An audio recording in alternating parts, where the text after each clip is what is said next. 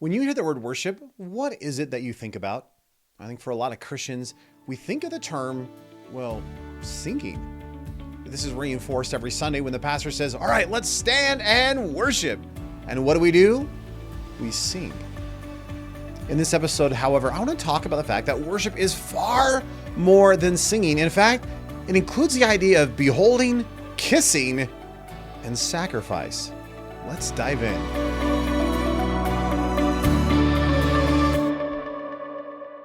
I don't know where I picked it up, but when I was a little kid, every time I heard the word worship, I thought of the idea of singing. And I found that for a lot of Christians, that tends to be our thought process. Again, it's reinforced every Sunday when we worship by singing. But do you realize that worship goes far beyond the idea of merely singing a tune? In fact, if you do a biblical study, most of the time where the word worship shows up, there's no singing even mentioned. Sure, it's there a couple of times, but the predominant use of worship is far more than just a song. Let me give you 3 ideas as it relates to this idea of worship. And the first one is this idea of beholding. Have you ever seen just an incredible sunset?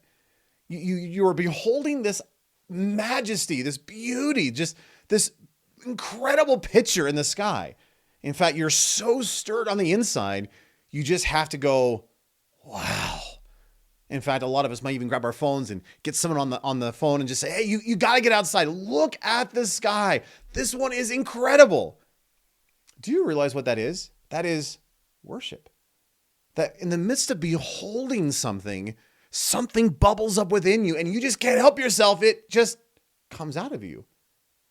Could you imagine what would happen if we did that with Jesus? That in the midst of lifting him up in our gaze, as we focus upon him in our spiritual life, as we just delight ourselves in him, we just can't help but, wow, worship. And there's something about that idea of awe and wonder and just seeing the majesty and the beauty of who he is that we don't have to twist your arm. In fact, you can't help yourself but worship. Think about it on a Sunday morning, you come into the service and a lot of times, a lot of churches will start with a song. Isn't it interesting as if you look around, a lot of people aren't worshiping. They might be singing a song, but it's just like they're going through the motions and they're just, yay, Wouldn't it be interesting if rather than just starting with a song, if all morning long before church, you were getting in the word and you're pondering what God's done in your life all week long. And you're just wrapped up in the wonder and the majesty of who he is that you come in on church on Sunday. And now we're singing a song and you're like, oh, I can't help myself. And just something bubbles up within you and just explodes out of you. Do you know what that is? That's worship. See, I can sing a song and it could just be, just a thing I do. It could be duty and just do it because that's just what we do. But worship is very different. See, worship demands that I behold something. And if I actually beheld something beautiful, well, I don't have to twist your arm to worship. In fact, you can't help yourself. I don't know if you ever noticed this, but at the end of a service, say after the pastor preaches and you've been meditating upon the grand truths of the word, and then if you sing a song, for whatever reason, it is far easier to worship. I'm not talking about singing. I'm talking because you've been beholding the wonder of our King. Something bubbles up within you and you just it has to escape in this awe and the wonder of, wow, and you are good and you are holy and you are righteous and true. So you just can't help yourself. Wouldn't it be amazing if you just lived in a state of beholding? That as you're living your life, you're just living in a, wow, God, you're so good. And wow, your word is so rich. And see, I want to live in this state of worship all the time. A second idea as it relates to this idea of worship really comes from the Greek language. The word worship in Greek comes from this idea of a dog licking his master's hand. Have you ever had a dog? You come home after a long day and as you come to the door, the dog, he hears and he runs over, and it could have just been just a couple of hours. It could even just be in a few minutes. But it's like the dog has such an overwhelming love and passion for the good master that the moment the master returns, the dog just can't help himself. The tail is wagging and the dog is licking the master's hand. And that was the Greek idea of worship.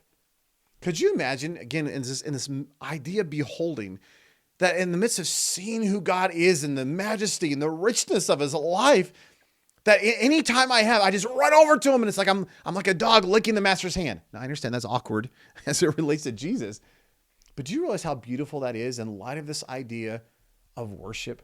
That we have a good shepherd. We have a great master.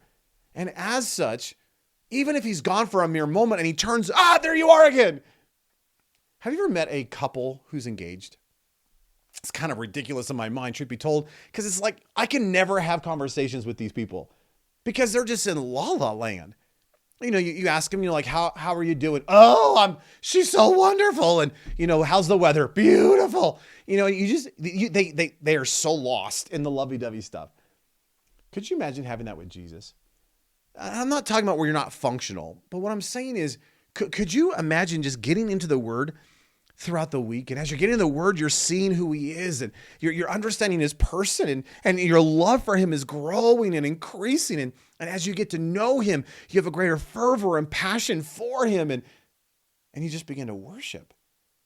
Oh, you are lost in the wonder of who he is. Do you worship God like that?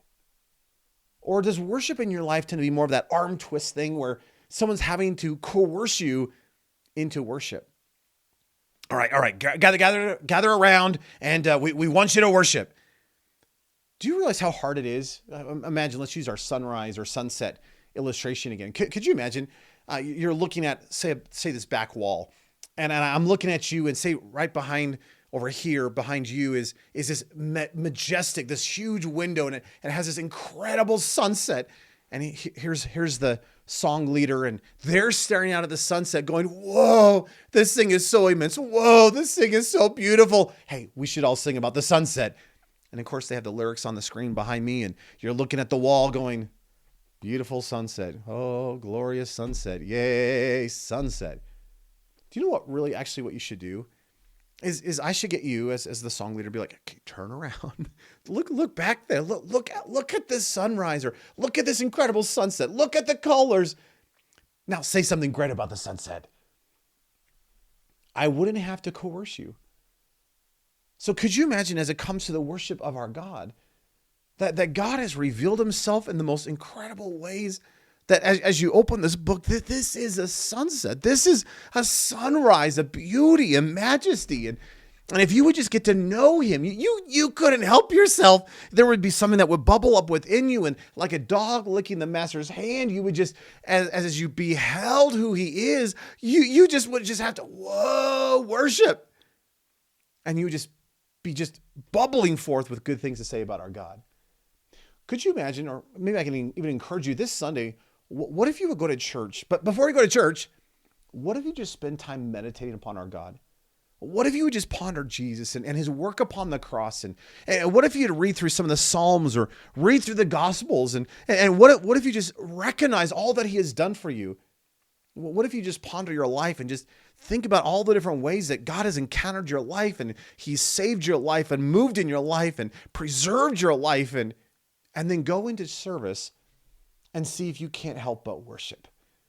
Just try to not sing and try not to say good things about God and try not to testify, and see, you won't be able to do it.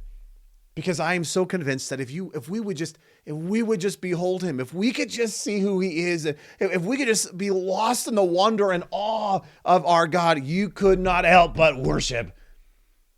Which means we need to spend time with him and allow again, it goes beyond singing, but allow the worship services on Sunday to be the outflow of what he's been doing in our life all week. Well, let me quickly give you a third idea, and it's this idea of sacrifice. The first time the word worship is used in Scripture, it's in the context of Abraham taking Isaac for the sacrifice. And in Genesis chapter 22, Abraham was asked by God, would you take your only begotten son, the one you love, And would you go to the mountain that I will show you? And will you take him up on the mountain? And would you offer him as a sacrifice? And so Abraham takes the son and a couple servants, and they grab a donkey and take the wood, and they head off to the mountain. And it says in Genesis chapter 22, verse 5, that Abraham said to the young men, the servants that were with him, "Stay here with the donkey while I and the boy go over there. We will worship and we will return to you." There's something really beautiful about this idea of worship, that worship demands sacrifice. That it's not just convenient. It's not just, well, I'll just do a little bit just because that's what I'm supposed to do. That worship's going to cost us something. That worship's going to demand something of us. It's going to have this idea of that totality. We've talked previously about this idea that in the book of Deuteronomy, we are called to love the Lord our God with all of our heart, all of our soul, all of our strength. What is that? That's sacrificial. That's totality. It's an exclusivity of devotion. Do you realize that's what worship demands? That if I'm going to worship as I'm supposed to worship, there's always going to be sacrifice involved. It's going to cost something. It's going to require everything. So when I come to church on Sunday and I sing a couple of songs and I call it worship, I actually wonder if I'm even worshiping.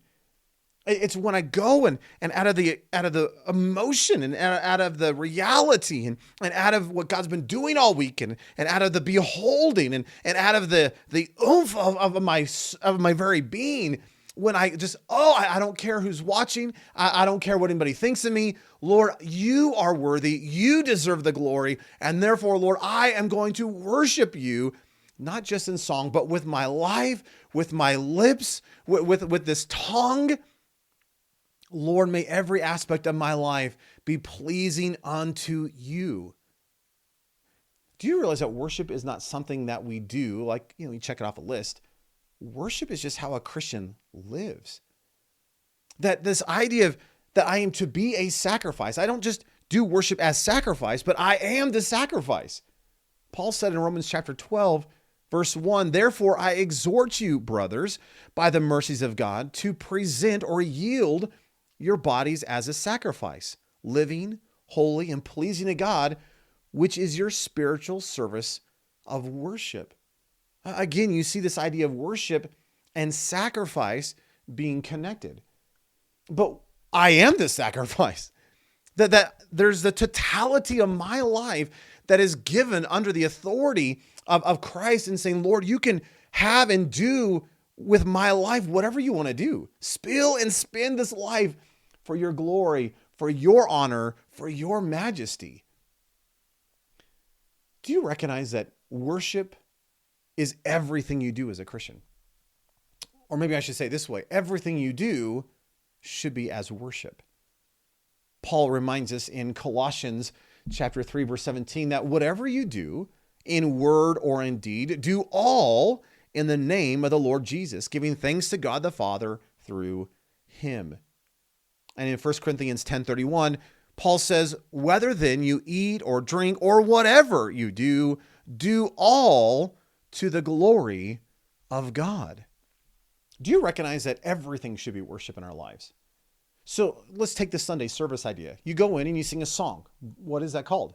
Well, it should be worship. But then we take tithes. Do you know what that's called? Worship. Because he deserves everything. Well, then the pastor stands up and he preaches this message. Do you know what we're actually doing? Worshiping. And then we go home and we have lunch. Do you know what that's called? Worship. And then, we're going to have a good Sunday afternoon nap. Oh, praise God. Do you know what that's called? Worship. See, it really doesn't matter what you are doing. As a Christian, everything in your life is to be worship, praise, adoration unto our God. That in everything we do, we are to do with thanksgiving. See, everything we do is to be going, wow, God, you are so worthy. God, you are so good. Could you imagine having that as a lifestyle? Could you imagine going down to your job, and in the midst of your job and those really hard days, and your boss is in your face, and could you imagine still working as unto the Lord? Lord, thank you that you've given me this job. Thank you that you've placed me in this location to be a witness of the kingdom and the gospel to these people around me. Lord, I'm going to work heartily as unto you. And Lord, my boss may be yelling in my face and it may be really a difficult season in my life, but Lord, I'm going to act as if I'm doing this unto you. You are my Lord and Master. Could you imagine parenting your children with that attitude? Could you imagine having hobbies that were not just for your sake and, well, this is what I really like to do, but what if everything in your life was truly as worship unto him? That you were giving him the glory and you were exalting him and magnifying him and delighting in him and thanking him, and just, that's the life of worship that you and I are called to as Christians. So whatever you do in word or in deed, let us do it all for the glory and the renown of Jesus Christ. Well, if you want to take that idea of the Shema, the love the Lord your God with all of your heart, with all of your soul, and with all of your strength even deeper, well, then I encourage you to check out this video where we dive a little bit deeper into that idea. Well, I'm Nathan Johnson. Thank you for being here on Deeper Christian. If you like this kind of content, I'd encourage you to subscribe to this YouTube channel. And I just want you to know that I am praying for you and I'm cheering you on as we continue to pursue Jesus Christ and magnify him with our lives. See you next time.